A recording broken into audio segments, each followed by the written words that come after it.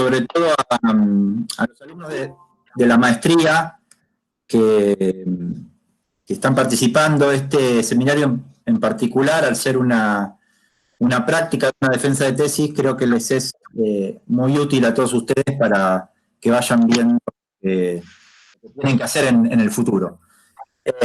También les quería avisar que los seminarios los estamos grabando y en breve estarán disponibles en el canal de YouTube de la universidad. Estamos viendo el mejor modo de hacer eso, así que ya les vamos a compartir los links por mail. Así que bueno, Diego, si querés presentar a Fernando, ya arrancamos. Bueno, buenas tardes a todos y todas. Bien, hoy el trabajo que va a presentar Fernando es ya un avance importante de su tesis de maestría, que analiza los distintos debates que hay sobre los consejos nacionales de investigación científicas y técnicas, ¿sí? Ustedes saben que, bueno, en nuestro país es central el CONICET, pero no hay muchos organismos en el mundo que tengan este tipo de características que tiene el CONICET, sobre todo por tener una carrera de investigador como funcionario público. Los otros casos conocidos también son el del CNRS en Francia y el CSIC en España. Así que, bueno, hace unos años le propuse a Fernando que se centrara en estudiar sobre todo el CONICET. En las últimas décadas, su tesis doctoral incluye el análisis desde el 83 hasta el 2015, si no me equivoco, y en la tesis de maestría, en la maestría en Ciencia, Tecnología e Innovación, lo que hizo es trabajar sobre el primer periodo que va a tomar para la tesis doctoral, que es la gestión de Alfonsín, y de Carlos Aveledo en la dirección del CONICET. Así que bueno, esto, como ya tiene un avance importante, decidimos hoy, bueno, hacerlo público el avance y someterlo un poco a la crítica de ustedes. Esa es la breve introducción. Así que bueno, los dejo con Fernando. Que es escenario PICT, de un PICT que tenemos radicado en el CITECDE, ¿sí? Y bueno, y ya está muy avanzado con el cursado también de la maestría, ¿no? Sí, solo antes de que empiece Fernando, contarles que en la dinámica del seminario él va a tener unos 15, 20 minutos para exponer, pero sí, sobre todo para los alumnos de maestría, ¿no? En la defensa pública de una tesis de maestría es un poco más extensa. Así que esto funciona a modo de práctica, pero tiene una dinámica levemente diferente. Así que, Fer, te doy la palabra. Bueno, Luciano, Diego, muchas gracias. Entonces, en estos 15, 20 minutos, mi idea es contarles sobre esta tesis y mostrarles los principales resultados. La tesis tiene como objetivo analizar los cambios en la gobernanza del CONICET y cómo afectaron a nivel interno a la composición y a la autonomía relativa de la cultura burocrática y académica, pero así también el vínculo con otras instituciones del sistema público de investigación, conceptos que ahora vamos a intentar ahí describir brevemente. ¿Sí? La elección de la década del 80 está dada por el hecho de que representa un periodo donde la recuperación del orden institucional dio lugar a un proceso de intervención, de normalización, de democratización de las distintas instituciones del sector.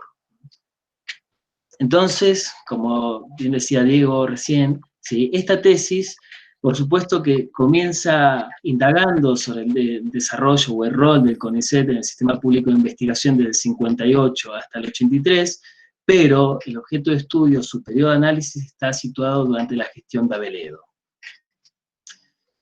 ¿Cuáles son las preguntas, problemas de investigación y objeto específico de esta tesis? Por un lado, tiene dos preguntas, problemas rectoras. ¿Cómo los cambios en la gobernanza del sistema público de investigación alteraron la composición y la autonomía relativa de la cultura académica y la cultura burocrática? ¿Sí? ¿Y cuál ha sido el modelo de gobernanza interna adoptado y los cambios en la autonomía relativa de estas distintas culturas dentro del CONICET durante el periodo 1983-1989. A lo largo de esta tesis se analizaron los estudios previos sobre los consejos de investigación, se analizaron los procesos más importantes de cambio entre el 58 al 83 y cómo impactaron en el rol institucional, ¿sí? Además se analizaron los cambios en la gobernanza interna, las implicancias en la autonomía relativa, ¿sí? La investigación, en términos metodológicos, implicó una triangulación teórica metodológica, se realizaron entrevistas semiestructuradas, análisis de distintos tipos de fuentes secundarias, memorias, registros, actas, informes oficiales, leyes, etc. Vamos a hablar un poquito sobre el marco teórico. Para analizar el rol del CONICET, en esta tesis se retomaron los aportes tanto teóricos y conceptuales de Whitley, que entiende al sistema público de investigación como un conjunto de entidades cuyos recursos humanos son asignados en mayor o en menor medida, ¿sí? A la organización y al control de la producción del conocimiento científico. Esto también depende de la disposición del Estado para delegar el control sobre la asignación de los recursos a quienes realizan la investigación. Es así que tomamos también el concepto de Maynes sobre la gobernanza, ¿sí? Una categoría analítica de utilidad que nos ha permitido explicar la complejidad de los patrones de acción colectiva, ¿sí? A partir de la identificación de un sistema de reglas entre actores autónomos, pero también interdependientes, ¿sí? Así hay autores como Benz que plantean la existencia de 4 formas distintas de coordinación y control entre actores que hacen a la gobernanza, ¿sí? Ya sea un sistema de regulación jerárquica, un sistema de ajustes mutuos o de competencia, la integración a una red o la integración a una comunidad. Es decir, que dentro de estas formas de coordinación y control que hacen a la gobernanza en los sistemas públicos de investigación, la autoridad y la autonomía relativa de los distintos actores se puede hacer visible, ¿sí? Ya sea en el funcionamiento de los instrumentos de promoción y ejecución científica, como así también en la definición de las políticas de la institución a nivel de organización y vínculo con otros actores institucionales. Muy bien, este es el modelo de actores individuales e institucionales en el periodo analizado, ¿sí? Que son los que se ponen en relación en esta tesis. Acá también es interesante rescatar, ¿sí? El concepto de consejo de investigaciones, ¿sí? Que ha sido definido por autores como Rip como a medio camino entre un parlamento de científicos y una burocracia gubernamental. Es decir, los consejos de investigaciones, como el CNRS, ¿sí? Como la CSIC, como el CONICET, surgieron y se desarrollaron como canales del patronazgo del Estado de la ciencia para ejercer la función promotora, ¿sí? Es decir, un organismo que administraba fondos para que lo ejecuten terceros. Y también retomamos los aportes de el Siegel Jamison, ¿sí? Sobre el concepto de culturas políticas, ¿sí? Es decir, la cultura burocrática como aquella preocupada principalmente por la administración, ¿sí? Y la coordinación y planificación de los recursos, y por otro lado la cultura académica caracterizada por pregonar una política para la ciencia, ¿sí? De este modo, la cultura académica y la cultura burocrática estarían en constante tensión dentro de los consejos de investigación. Bueno, ahora vamos a ir a una breve reseña histórica hasta los 80. La Segunda Guerra Mundial, como esto ha sido ya bastante trabajado en la literatura, ¿sí? Impulsó un dinámico proceso político y cultural de resignificación de las actividades científicas y tecnológicas, ¿sí? El fomento de la ciencia con el fin de contribuir al desarrollo de las economías nacionales es una cuestión que llegó a la Argentina, ¿sí? De la mano de organismos internacionales como la BEA, la UNESCO, durante la década del 50, 60, que autores como Teiza, ya en el 92, calificaban como transferencia de modelos organizacionales, y Hurtado, en el 2010, lo describía como adaptación acrítica a fórmulas lógicas en contextos de países desarrollados, ¿sí? Las recomendaciones de esta época se ajustaron a los enfoques focalizados en la oferta, ¿sí? Planteando a la ciencia como una actividad de importancia que haría viable, por así decirlo, la aplicación de índole tecnológica y fomentaría el desarrollo socioeconómico. En este contexto, ¿sí? Por ejemplo, para remarcar, en 1950, en mayo, se creó la CONEA, ¿sí? En julio de 1950 también se creó la Dirección Nacional de Investigaciones Técnicas, después el INTA fue creado en 1956, el INTI aparece en 1957, y a fines de 1956, ¿sí? Durante el gobierno de facto de Aramburu, ¿sí? Por medio del vicepresidente Izar Rojas, se envió en ese momento a la Academia Nacional de Ciencias un pedido, ¿sí? Acerca de qué se tenía que hacer con la ciencia nacional argentina, ¿sí? En resumen, ¿sí? Se elaboró un documento, ¿sí? Elaborado por Jusey, por Menéndez, por Sánchez Díaz, ¿sí? Y el CONICET fue creado en 1958, ¿sí? Designando a Jusey como presidente y García como vicepresidente. ¿Mm? De este modo, se puede pensar que también la propia creación del CONICET fue objeto de tensión entre diversos sectores universitarios. El CONICET se creó en ese momento bajo la dependencia de la Presidencia de la Nación, ¿sí? Y la composición de su directorio no se basaba en un criterio de representación ministerial, sino por criterios de disciplina e instituciones. La función de promoción científica se valdría de 3 instrumentos principales: la carrera de investigador científico-tecnológico, el sistema de becas, tanto internas como externas, y la creación de institutos y centros regionales. De esta manera se puede pensar que quedó establecida una concepción de ciencia como elemento constituyente en esa época del patrimonio cultural, ¿sí? Sin ataduras afines o autónoma al poder político. Pero sin embargo, la ley, ¿sí? Es decir, la ley con el decreto 291 en la del 58, ¿sí? Daba un aspecto interesante al desarrollo de la ciencia, ¿sí? Tanto al mejoramiento de la salud pública, es decir, también dejaba un marco de posibilidades. Cuando se creó el CONICET, se creó con el objetivo de apoyar a las universidades, ¿sí? Fomentando espacios protegidos para los investigadores, ¿sí? Tenía que ver con que las universidades no ofrecían eso, ¿sí? La creación del CONICET fue un producto también de reivindicaciones sectoriales de los científicos y la necesidad del Estado de apoyar el desarrollo científico. Durante estos primeros años, las políticas científicas en la institución estuvieron vinculadas a las universidades, ¿sí? Ya sea porque la creación del Consejo movilizó demandas que provenían de actores relacionados al campo científico, ¿sí? O porque el CONICET fueron las universidades donde el CONICET derivó la mayor parte de sus presupuestos. Pero avanzando un poco, ¿sí? En el tiempo, los desequilibrios políticos y cambios en la dirección de políticas entre 1973 y 1983 impactaron en el sistema público, ¿sí? De investigación. La Revolución Argentina, ¿sí? Llevó a cabo un proceso de modernización autoritaria, ¿sí? Que implicó, por un lado, ¿sí? Una concepción tecnocrática en las políticas, ¿sí? A lo cual se sumó también una práctica represiva. Y a pesar de que el CONICET, al igual que las universidades, ¿sí? Se dio una política similar de control y depuración ideológica, pero sin embargo, el Ministerio de Educación llevó a cabo una política de transferencia de recursos a la investigación, ¿sí? Es así como han investigado trabajos de Beckerman principalmente y Feld, ¿sí? Hubo un crecimiento exponencial del CONICET, ¿sí? Entre 1976 a 1983, ¿sí? El organismo experimentó importantes cambios respecto a su concepción original, ¿sí? Que le enmarcaban las tareas de promoción. Si bien en 1972 el CONICET inició un proceso de creación de centros e institutos, esto alcanzó su máxima expresión entre 1980 y 1983, ¿sí?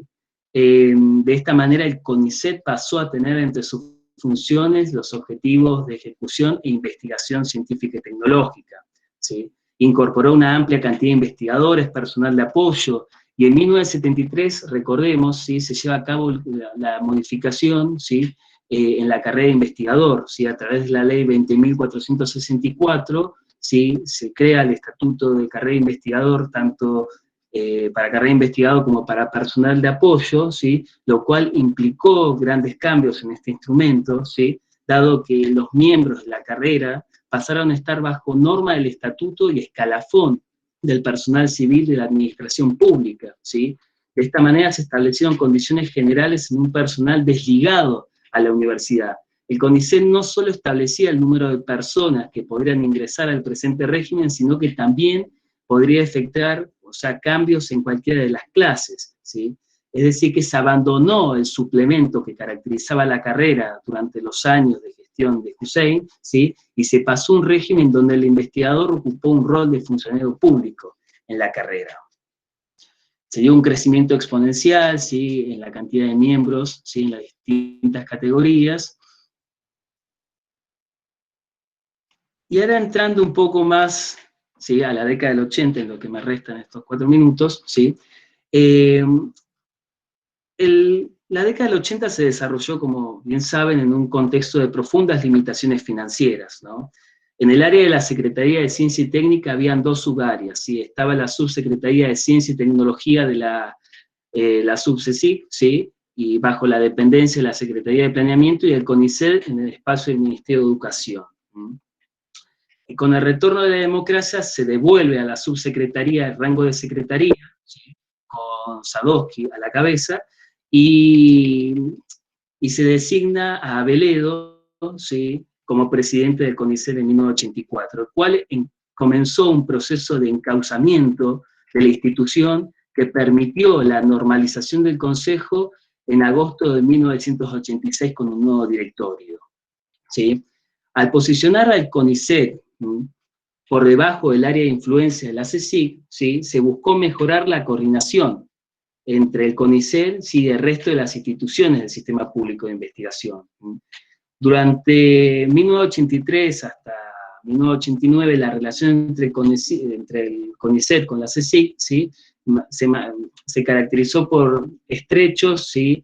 Por una mayor regulación general, por una participación en el nombramiento del Consejo Científico Tecnológico, ¿sí? A ver, el CONICET dispuso un marco regulador, ¿sí? Que permitió la obtención de financiamiento externo, la incorporación presupuestaria, o sea, la CSIC siguió promoviendo un grado de autoridad y autonomía organizativa por parte del Consejo, ¿sí? Por más de que estuviera bajo su jerarquía, ¿sí? Aceptando las ideas de coordinación y política científica, ¿sí? En este contexto, desde ciertos grupos burocráticos del sistema público de investigación se buscó establecer una gobernanza en donde se destacaba la capacidad de gestión y liderazgo en el sistema público, ¿sí? Resultó necesario establecer nuevas estrategias, misiones, criterios de evaluación, ¿sí? La construcción de apoyo y legitimidad a partir de la relevancia, la coordinación interinstitucional, ¿sí? La gestión de Aveledo buscó o definió determinadas líneas, ¿sí? Prioritarias, lograr transparencia en las acciones del gobierno, poniendo en funcionamiento la posibilidad de las evaluaciones de las comisiones asesoras, transparentar los mecanismos de acceso a la investigación, reestructurar los vínculos con la universidad apoyando la investigación y facultades, la búsqueda de nuevos mecanismos alternativos, ¿sí? De apoyo a la investigación, recurriendo al BID, ¿sí? como base de préstamo, BID 2, fortalecer las relaciones entre los laboratorios de investigación, promover o iniciar una política de vinculación tecnológica, ¿sí? Es decir, que la cultura burocrática quedó impregnada en las gestiones de Sadowski y Aveledo, en donde la coordinación, la planificación y la organización, ¿sí? Resultó de importancia, ¿sí? Asimismo, a ver, creo que para esta tesis considero que es más importante considerar a los actores y a las instituciones, ¿sí? Que en tanto ambas estuvieron permeadas, ¿sí? Por ambas culturas, tanto burocráticas como académicas, no de forma tan taxonómica, ¿sí? Sino pensarlas, ¿sí? A modo de reflexión, ¿sí? Que los cambios en los esquemas, en el esquema de gobernanza, ¿sí?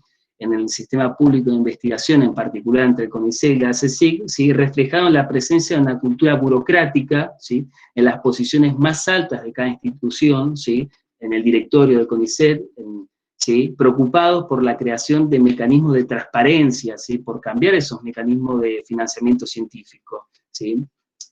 El presidente del CONICET y muchos miembros de su directorio habían sido parte del nombramiento de la CSIC, ¿sí? O sea, por ejemplo, la presencia en ese momento de lo que existía, que era el Consejo Científico Tecnológico, como un consejo asesor, ¿sí?, que interpelaba entre CONICET y la CSIC, ¿sí?, dio cuenta de rasgos de la cultura burocrática compartida en las posiciones, ¿sí?, de ambas instituciones. En lo que respecta a algunos cambios institucionales, sí, hay que remarcar los cambios en la Carta Orgánica en el 86, a partir del cual el directorio, sí, como aparece acá, sí, se redujo a un presidente y 5 directores, sí, cuyas designaciones en ese momento eran resorte de la Presidencia de la República, es decir, eran nombres de prestigio, trayectoria profesional, ¿sí? De esos 6 integrantes del directorio, el Poder Ejecutivo designaba al presidente del CONICET y el directorio elegía al vicepresidente. El CCT, ¿sí?, fue un órgano intermediario entre el CONICET con la CSIC, ¿sí?, fue un consejo asesor para discutir políticas con un grupo más grande de personas que también permitía la participación de otros actores.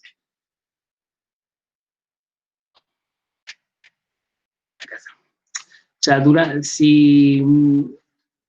lo que deberíamos remarcar es que a partir del 83 se produjeron cambios en la gobernanza que afectaron a los mecanismos de gobernabilidad interna y a la autoridad relativa entre los distintos actores que ocupan, ¿sí?, la estructura de CONICET, ¿sí? Los nuevos actores que aparecen, ¿sí?, es tanto el presidente del CONICET, Carlos Aveledo, ¿sí?, el CCT, que legitimó un nuevo enfoque institucional conformado por 18 miembros honorarios, ¿sí? Las comisiones de institutos perdieron autoridad luego de que los 75 programas registrados hasta 1984 fueran evaluados y fueran traspasados a PIDS, ¿sí?, los programas de investigación y desarrollo, los proyectos de investigación y desarrollo. En lo que respecta, y acá está, ahí está, permiso, ahí está. En lo que respecta a los instrumentos de financiamiento y el vínculo de CONICET con las universidades, ¿sí?, cabe remarcar, ¿sí?, que los PID y los PIAs tendieron a privilegiar la calidad en los proyectos y a permitir la participación de investigadores que no necesariamente eran de CONICET, ¿sí? O sea, este instrumento, los PID, los PIA, ¿sí?, tendieron a disminuir la autoridad de los directores de institutos, que habían crecido mucho durante la última dictadura militar, ¿sí?, como así también los miembros de las comisiones de institutos, que eran los que evaluaban esos programas, ¿sí? Estos cambios institucionales, ¿sí?, ligados a un nuevo modelo de consenso, ¿sí?, permitieron la ampliación de las oportunidades a otros miembros, ¿sí?, como por ejemplo a investigadores de universidades a recibir financiamiento del CONICET. Es decir, que se puede considerar que si el modelo de relaciones corporativas que caracterizó al CONICET entre 1976, ¿sí?, y 1983, que aparece acá,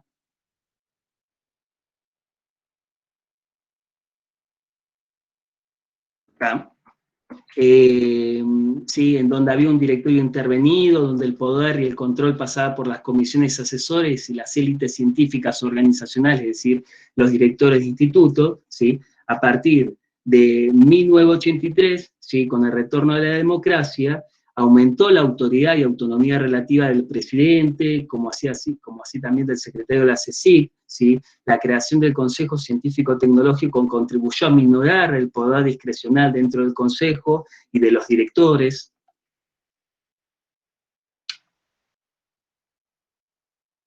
¿Cómo vamos de tiempo, Lu? Ya tendrías que ir redondeando. Muy bien, bueno, vamos a pasar ahí a las principales conclusiones.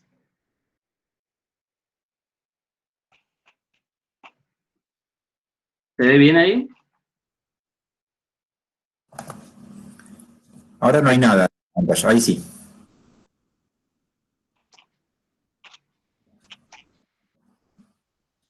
¿Se ve bien ahí la imagen? Porque no logro verlo, sí.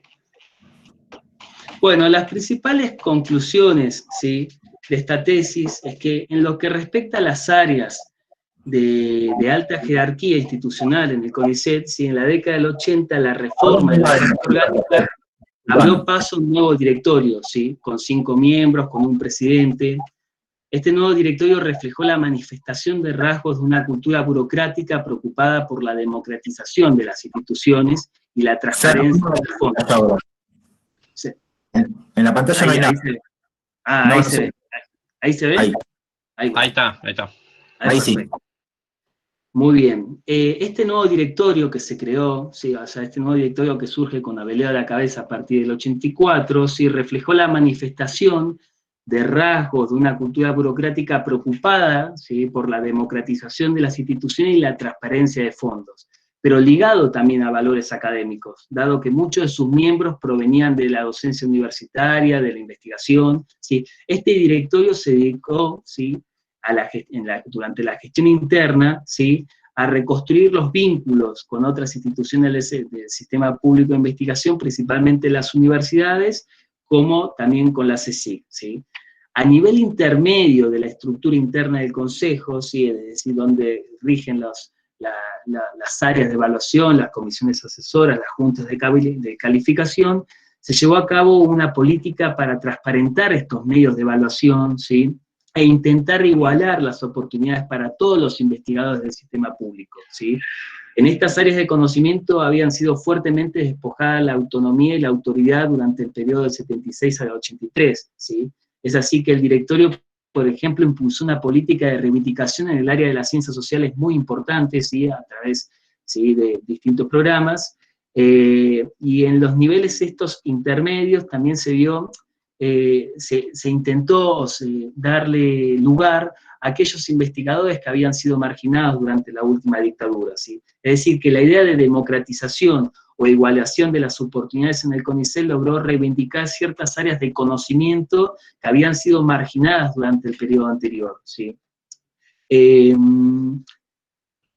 Con esta nueva gestión también se produjo un cambio en la política de crecimiento de los sistemas de institutos, ¿sí? Se revisaron instrumentos, las reglas de funcionamiento, se dejó el financiamiento a los institutos y se apostó a través de los programas de investigación y desarrollo y los programas de investigación anual, ¿sí?, a financiar a grupos de investigación, ¿sí?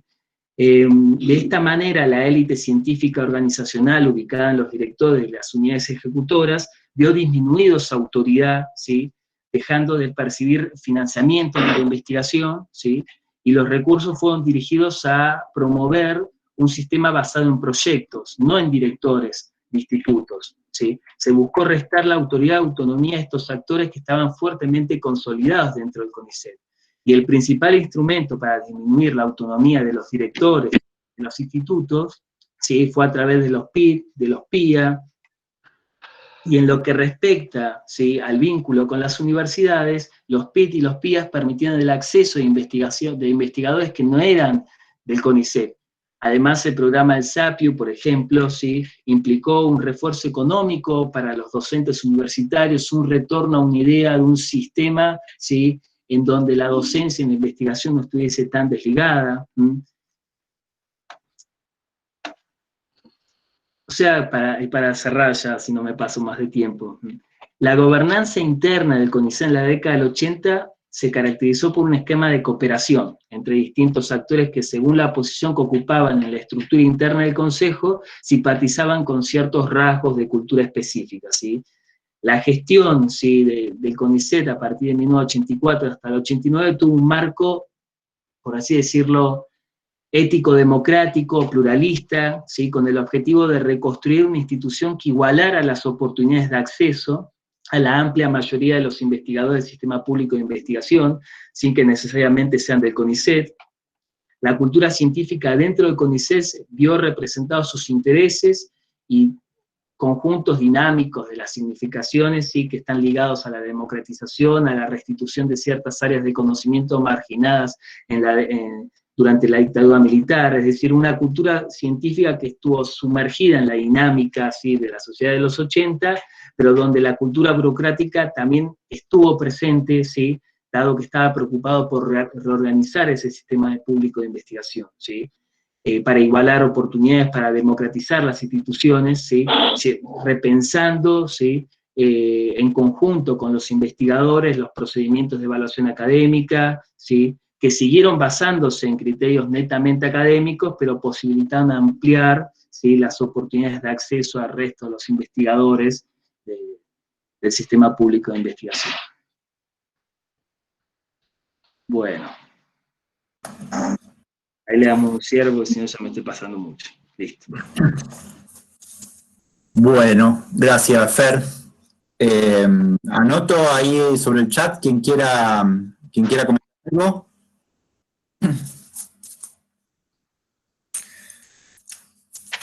Francisco.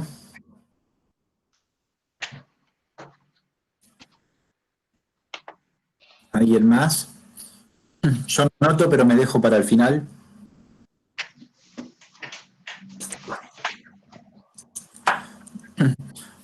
Bueno, Fran, si querés empezar mientras los demás se animan a anotarse. Bueno, vale. Bueno, primero felicitaciones a Fer, la verdad muy clara la presentación, muy buena, ya alguna vez algo había escuchado de la tesis, que entiendo está pronta a ser defendida. Yo dos cosas me quedé más que nada sobre el final, que me gustaría como para charlarlas. La primera es que en una de las conclusiones, creo la 4 o la 5, no me acuerdo, hablas de demanda existente, la cuestión de la vinculación y la transferencia de tecnología. Como si fuese una demanda preexistente en los investigadores o incluso de los actores económicos.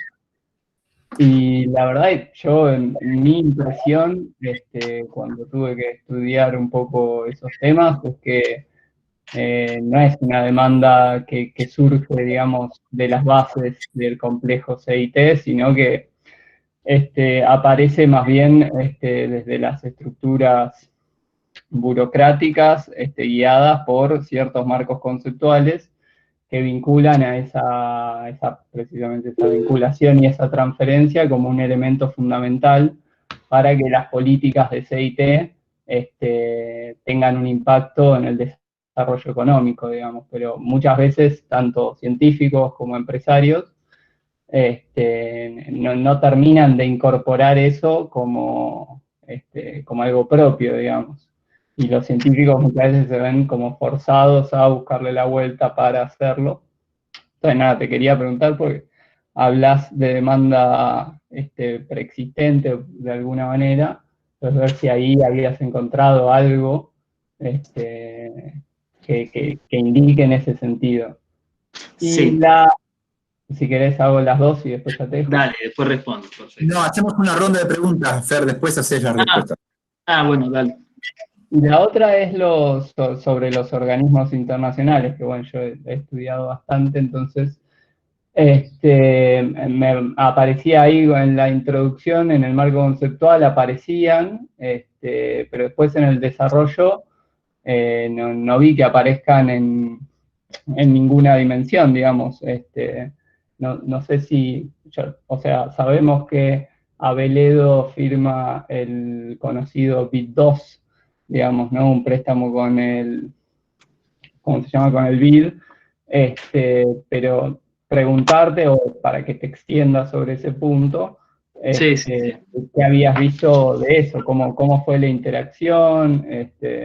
Si hubo imposición, si fue más bien algo negociado, consensuado, bueno, que te extiendas sobre ese punto también. Perfecto. Bueno, Juan Carlos.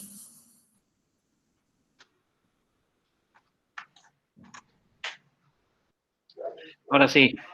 Hola, Fernando. Muy interesante la presentación. El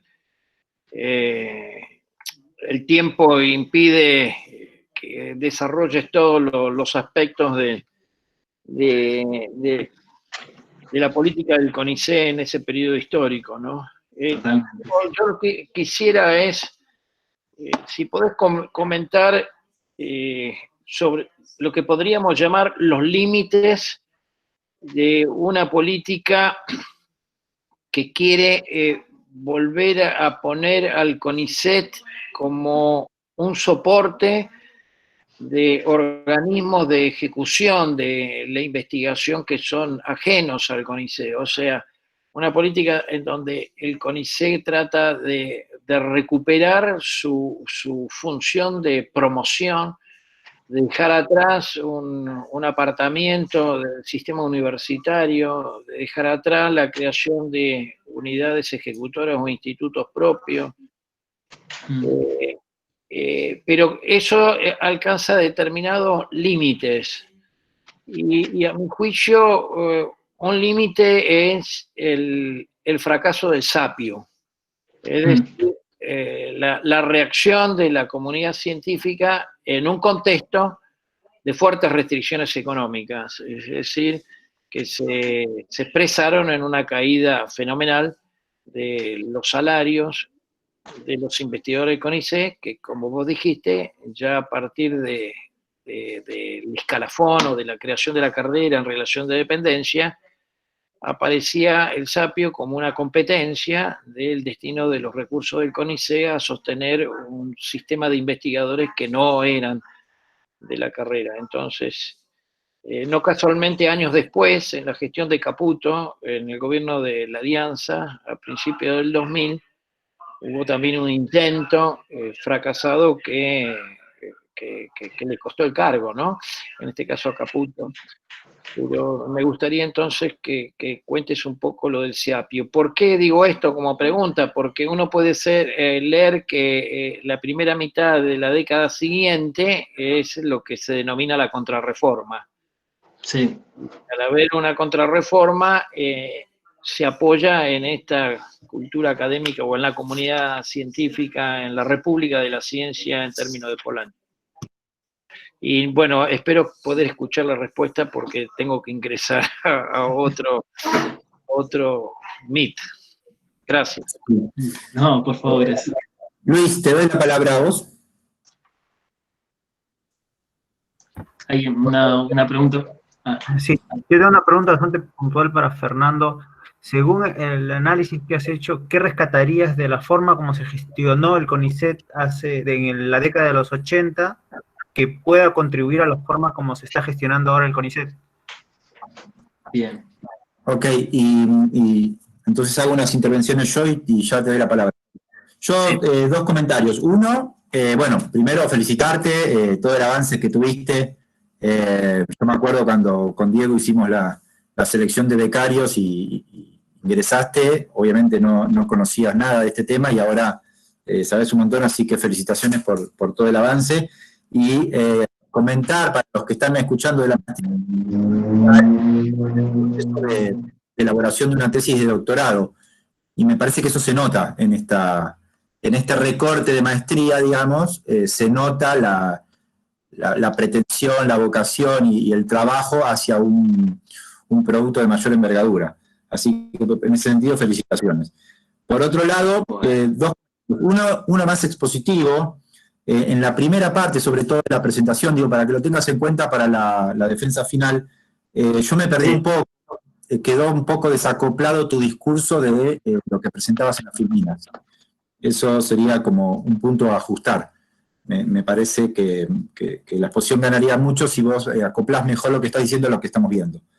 Así que eso es un detalle, pero te lo quería comentar. Y por otro lado, algo un poco más complejo, que ya lo hemos conversado mucho, pero vos usás a Whitley, ¿no? Y hablás de las culturas burocráticas, las culturas académicas.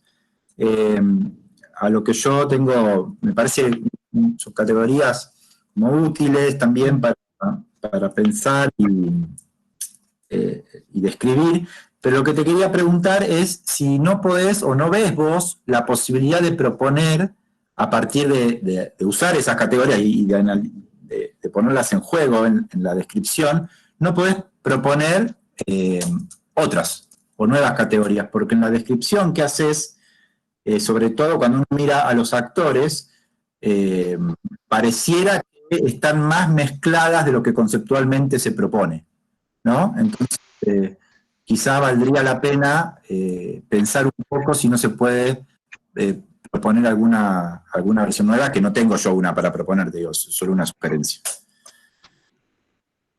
Bien. No, pero pensé que Sandra quería la palabra. Adelante, Fer. Sí, bueno, ahí primero voy a ahí las preguntas del Bello. Juan Carlos se tenía que ir antes, ¿no? Me había dicho, sí. Así que puedo responder a él primero y después después a Fran. Sí. Sí, sí, no, con respecto a Sapio, porque es cierto, la gestión de Aveledo fue como un intento de retomar esa idea de Hussein, ¿no? De un CONICET vinculado, ¿sí? Con las universidades, ¿sí? Es así que cuando se creó ahí el Sapio, el sistema de apoyo para investigadores universitarios, fue un instrumento dirigido a promover el apoyo de las tareas de investigación en los espacios universitarios. Además, porque fue un contexto en donde la carrera se puso en tela de juicio, ¿sí? En la década del 80. Es más, cuando se creó el SAPIU, ¿sí? Para apoyar a los investigadores que no eran de la carrera, ¿sí? Este sistema puso en tensión a los propios miembros de carrera investigador, ¿sí? Porque surgió cierta competencia por patrones distintos, ¿sí? Es más, el SAPIO incorporó un número importante, ¿sí? De miembros de carrera de investigador de CONICET que cambiaron de categoría, ¿sí? El SAPIO tenía como principal destinatario a los docentes, ¿sí? Miembros de carrera de investigador, como así también de investigadores universitarios, que se dedicaban a la docencia y a la investigación. Si recordemos que con la reforma, ¿sí? En el Estatuto de la Carrera en el 73, lo que se quiebra ahí es la decisión entre investigación y docencia, ¿sí? Dado que los miembros de carrera pasan a ser empleados directos de CONICET, ¿sí? Sin necesariamente tener que mantener los vínculos con las políticas utilizadas por lo menos al periodo de Hussein, ¿sí? Del 58 hasta el 73. ¿Sí? Por ejemplo, en 1988, alrededor de 950 investigadores, ¿sí? Se presentaron a la convocatoria del SAPIO, ¿sí? Y 350 se habían presentado a la carrera de investigador, ¿sí? Y habían pasado ese régimen. O sea, había muchos de los miembros de carrera que pasaron al SAPIO, ¿sí? Por las características, y además también había una cuestión salarial donde las remuneraciones, ¿sí? Estos en general, no solo en CONICET, estaban fuertemente debatladas por el contexto económico. Y además, en paralelo al SAPIO, también es interesante ahí remarcar otro programa que fue el programa de apoyo a los núcleos universitarios de investigación, el PROANUI, ¿sí? Que estaba destinado a investigadores, ¿sí? De la carrera, pero que tuvieran interés de colaborar en el mejoramiento de la formación de recursos humanos con las universidades. Es decir, tanto el SAPIO como el PROANUI fueron instrumentos dirigidos a fortalecer, ¿sí? El vínculo, ¿sí? Del CONICET con las universidades, y en paralelo, ¿sí? Uno de los principales instrumentos que permitió darle un poder real, ¿sí? a los investigadores también universitarios fueron los PIT y los PIA.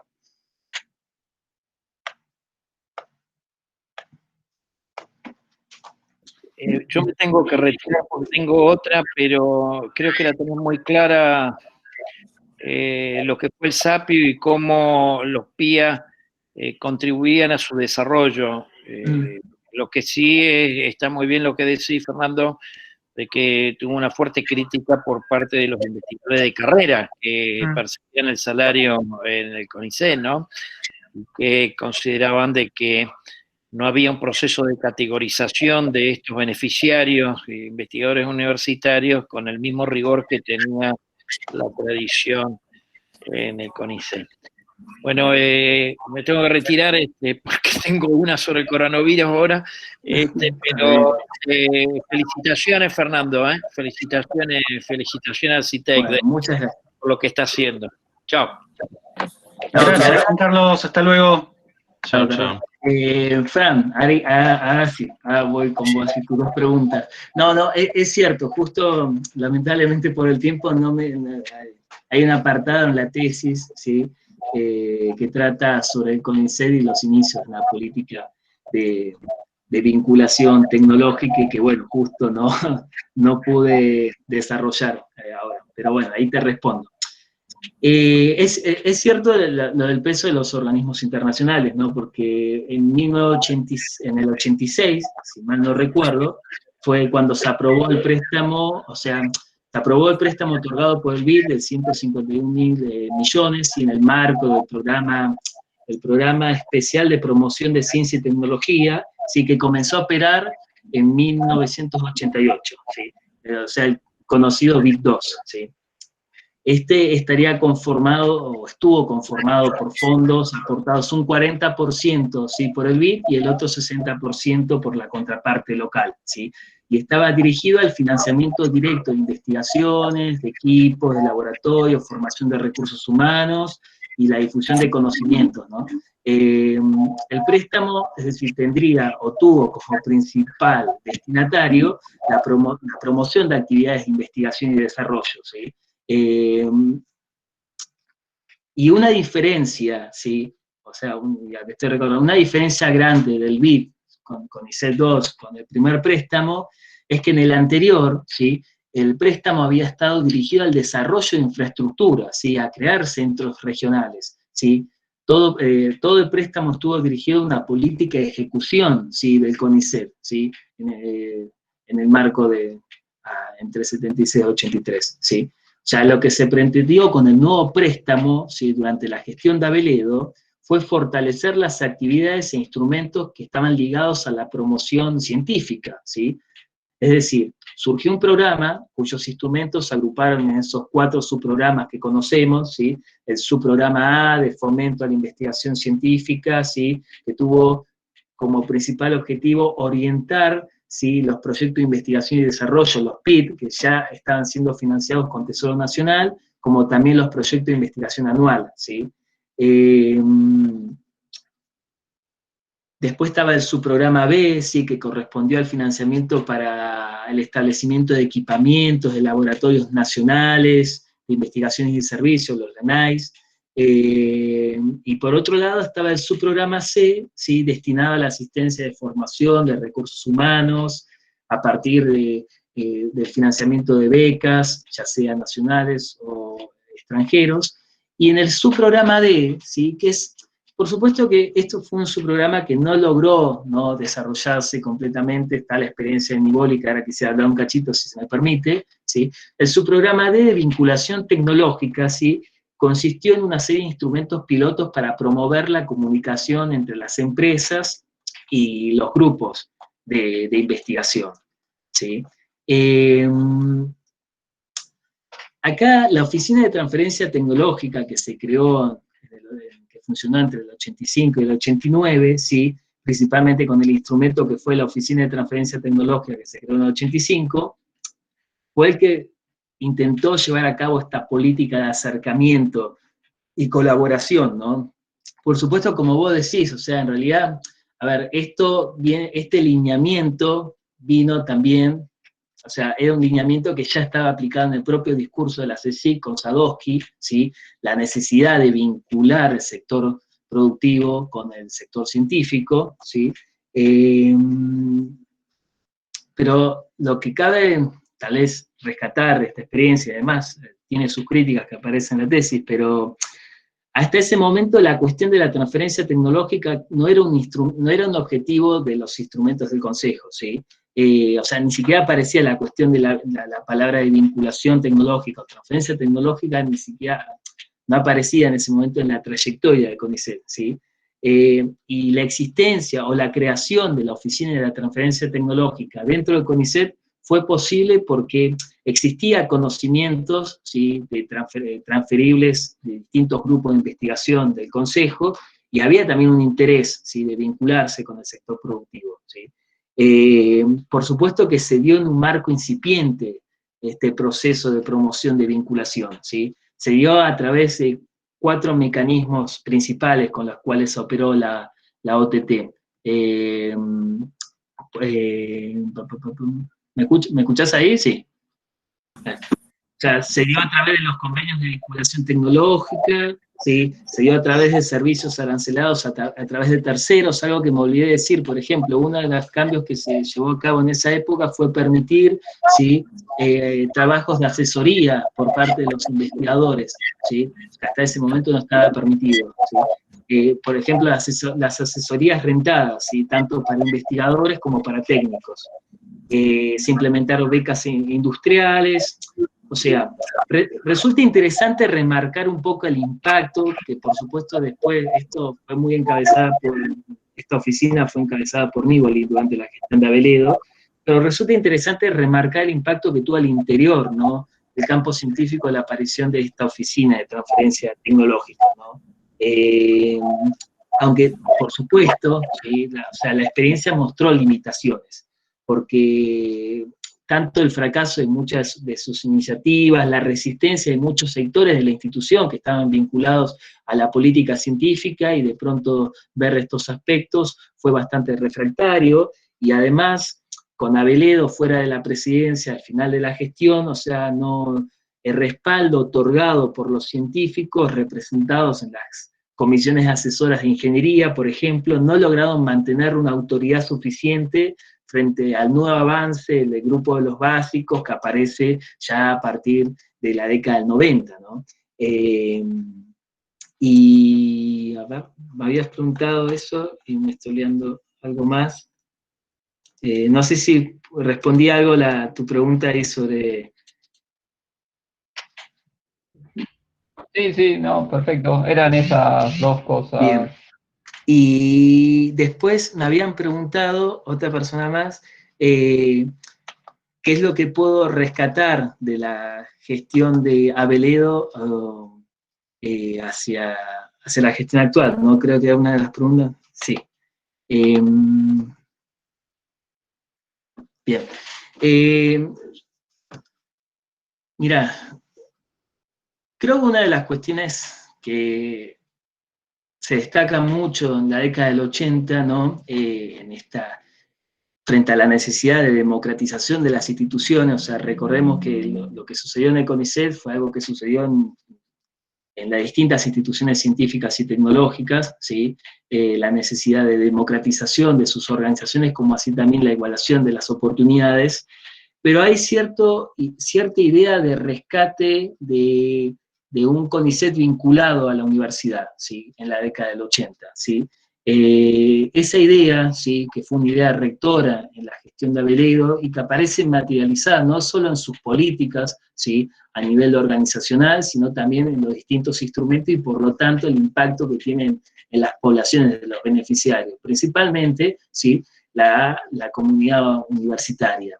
Creo que eso es más a título personal, o sea, yo creo que esos intentos de revinculación, ¿sí?, a través de instrumentos de promoción científica para investigadores, ¿sí?, para la comunidad científica que no sea propiamente el CONICET y abrir la posibilidad, ¿sí?, a las universidades, esa política que se intentó buscar, en mi opinión, creo que es una política positiva, ¿no?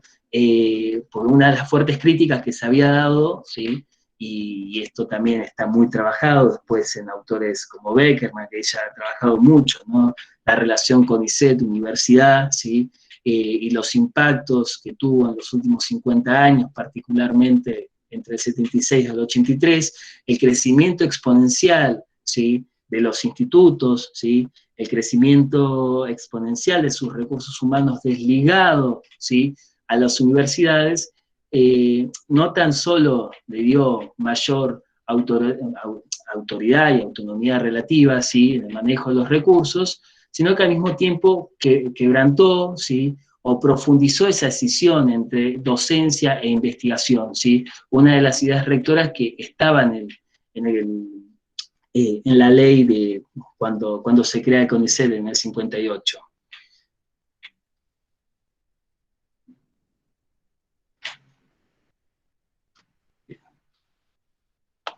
Creo que puedo dejar de compartir la presentación y ahora puedo activar la cámara.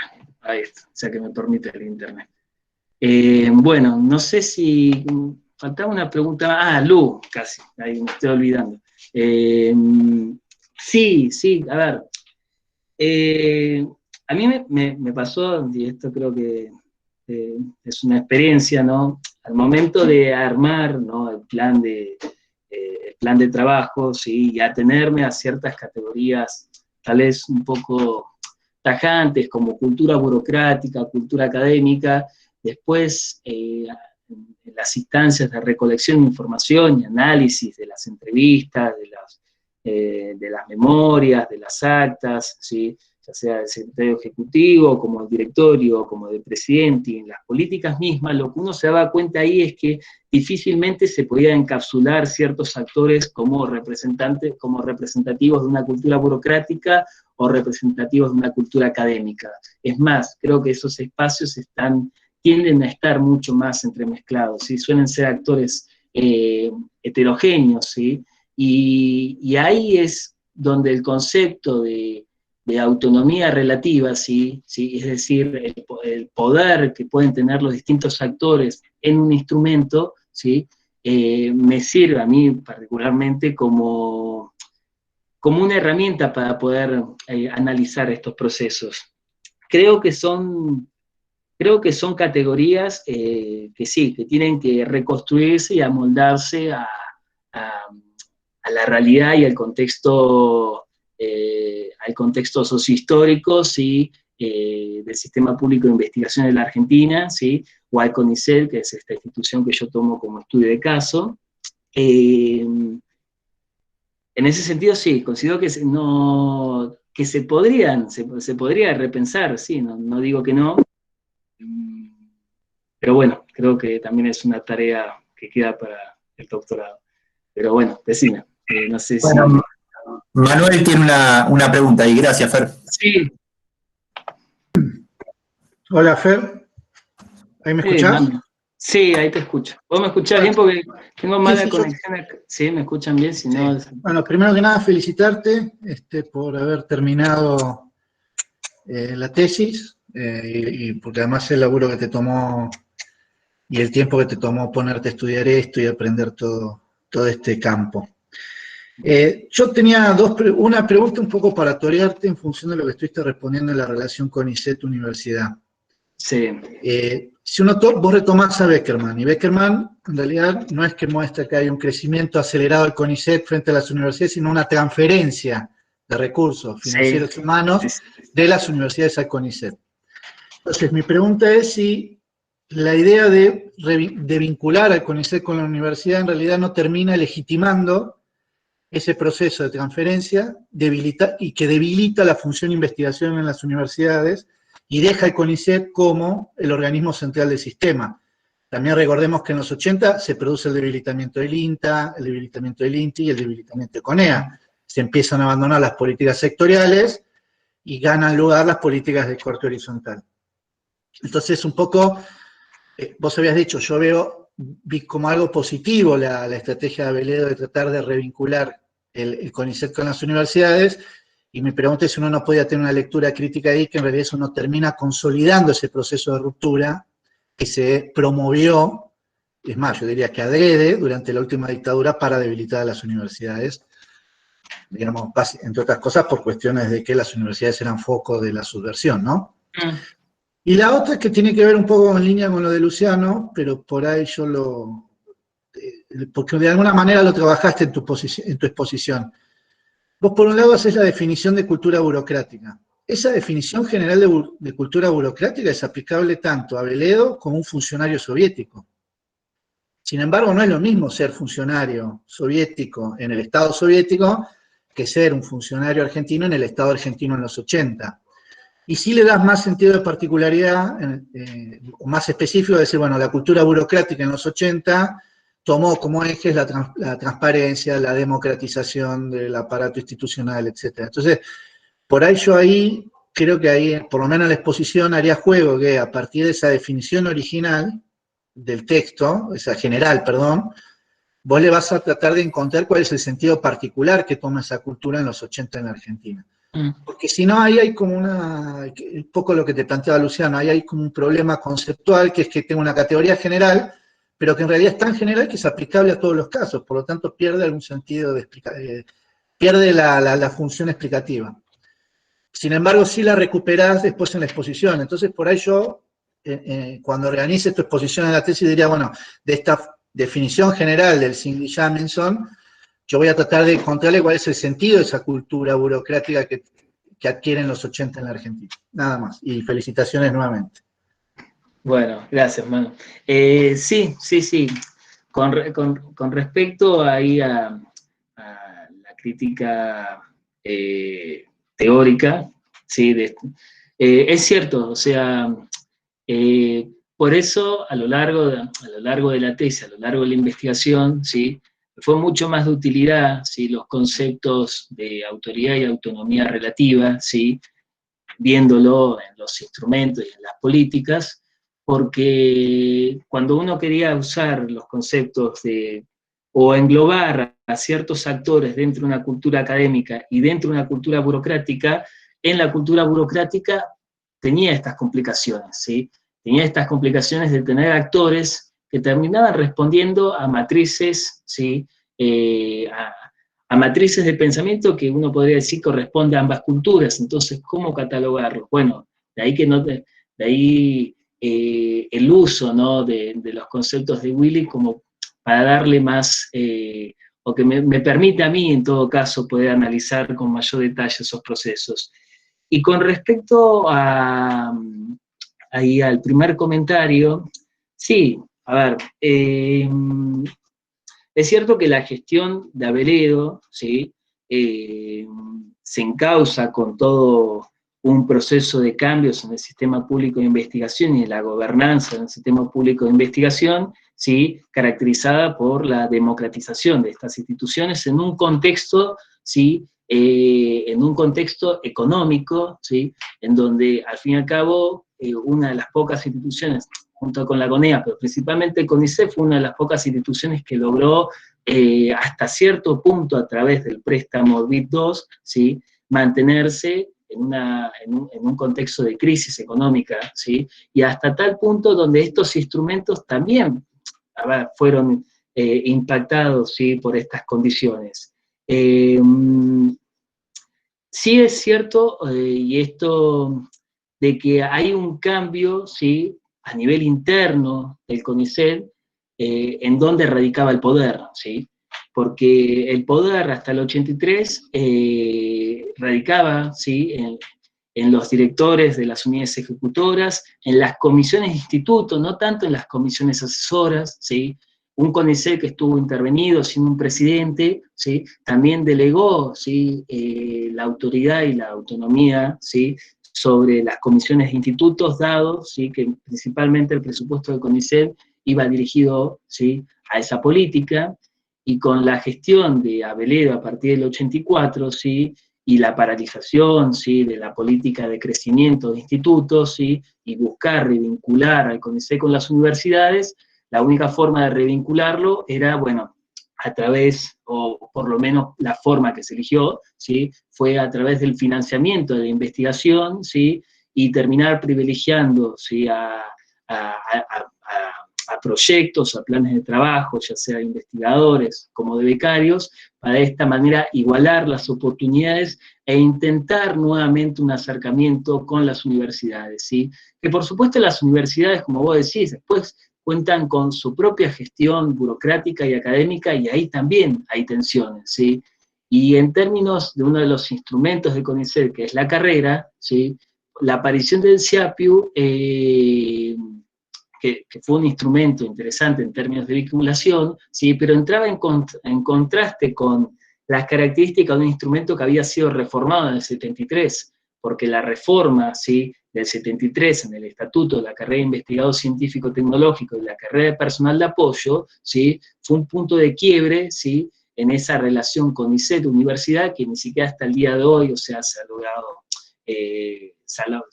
logrado cambiar, o sea, fue una política que tendió también a aislar, a alejar, ¿sí? Al CONICET de las universidades. Pero bueno, no sé si ahí pude responder algo de tu pregunta. Bueno, no sé, Lu, decime si quedó alguna más que me estoy olvidando. No, si alguien tiene alguna pregunta más, podemos hacer alguna más, si no ya vamos cerrando. Y perdón, y es cierto lo que vos decías, sí, con el tema de la presentación. Uno de los principales ejercicios que tuve, que de pronto digo, ¿cómo hago con 200 páginas para resumirlas en 15 minutos? Y querer decir todo, y encima después me pongo a hablar y es como que uno se disloca de la diapositiva, estás hablando, no sabes si te están escuchando, pero bueno, sí. Por suerte la defensa de tesis son 40 minutos, entonces puedo... Pero otra cosa, en virtual, sacale todas las animaciones. Porque en presencial, pero en virtual la transferencia de datos hace que se vean raras. Mirá, no sabía eso, sí, porque hay algunas diapositivas que tenían como apariciones así intercaladas, tenían animaciones, yo me olvidé de sacarlo de eso. Bueno, antes que se disgreguen todos, los invitamos entonces el viernes que viene, volvemos a las presentaciones de los capítulos del libro. Ahí va a haber 2 trabajos, uno sobre políticas energéticas no convencionales, que va a exponer Santiago Garrido, y el trabajo de Leandro Colombano y Diego Aguiar, basado en la tesis también de maestría de Leandro, que es sobre la fábrica de helicópteros Sicaré. Así que antes de irse les quería pasar ese anuncio. Gracias por participar y nos vemos todos el viernes que viene. Muchas gracias a ustedes por escucharme, gracias a vos, Lu, gracias a vos, Diego, por acompañarnos a lo largo de esta tesis, bueno, gracias a los comentarios de todos, así que bueno, es todo un proceso de aprendizaje, así que bueno, nada, me alegro que les haya parecido interesante. Bueno, no está bien la cervecería, ¿sí? Pero hoy te mereces una cerveza. Bueno, gracias a todos, sí, Andrés, Andrea, bueno, gracias a todos, Fran, todos ahí. Gasti, las chicas, Manu, Sofi, que siempre me acompañan, así que bueno, nada, ahí agradezco a todos, ustedes ya saben. Así, bueno, gracias a todos, nos vemos el viernes que viene. Dale, bueno, gracias. Gracias a Luciano por organizar todo. Chao, gracias. Chao. Chao, gracias Luciano. Chao, Andrés, chao.